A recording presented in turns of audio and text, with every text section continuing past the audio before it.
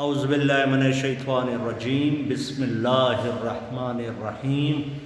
Today is 9th of June 2020 and nowadays we are doing tenses. آج جس tennis پہ ہم آ گئے ہیں اس ٹینس کا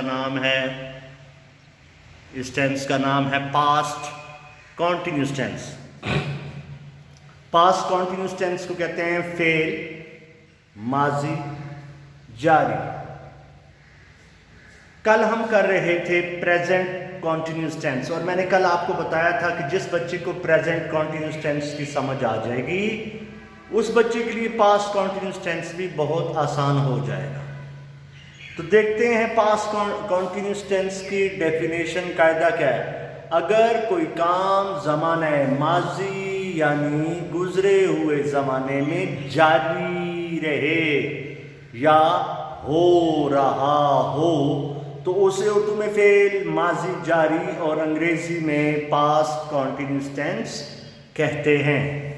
اگر کوئی کام زمانہ ماضی یعنی گزرے ہوئے زمانے میں جاری رہا ہو یا ہو رہا ہو تو اسے اردو میں فعل ماضی جاری اور انگریزی میں پاسٹ کنٹینیوس ٹینس کہتے ہیں. ہر ٹینس کی کوئی نہ کوئی نشانی ہوتی ہے.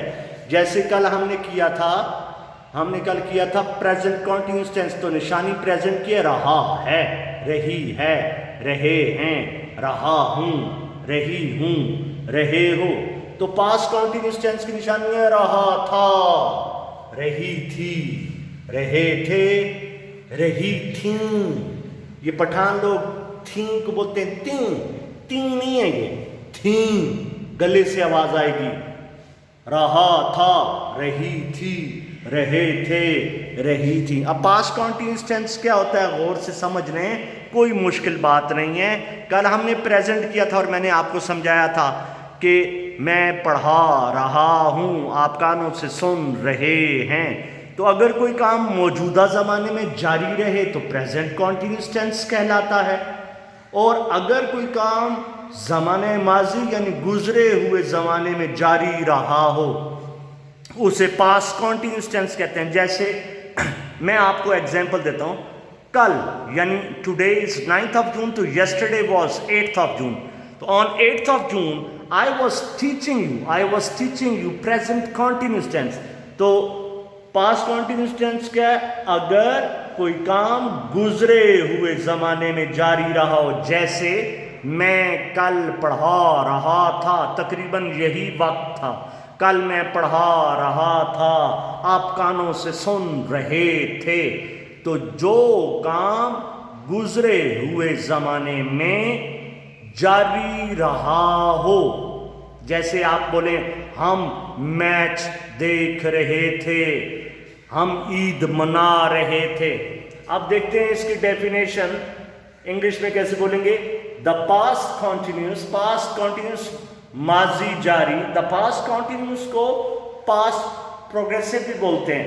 دا پاسٹ کنٹینیوس اور پاسٹ پروگریسو از اے ورب tennis which is used to show that an ongoing past action was happening.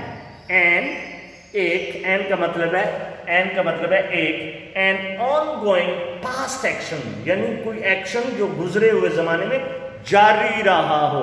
جیسے آپ کہیں گے کل میں پتنگ اڑا رہا تھا، میں نے پیچا لگایا، میں نے 5 پتنگیں کاٹیں. تو پاس میں پتنگ اڑا رہا تھا. تو یہ پہلی ویڈیو میں دیکھ لیا آپ نے کہ پاسٹ کنٹینیوس ٹینس کیا ہے.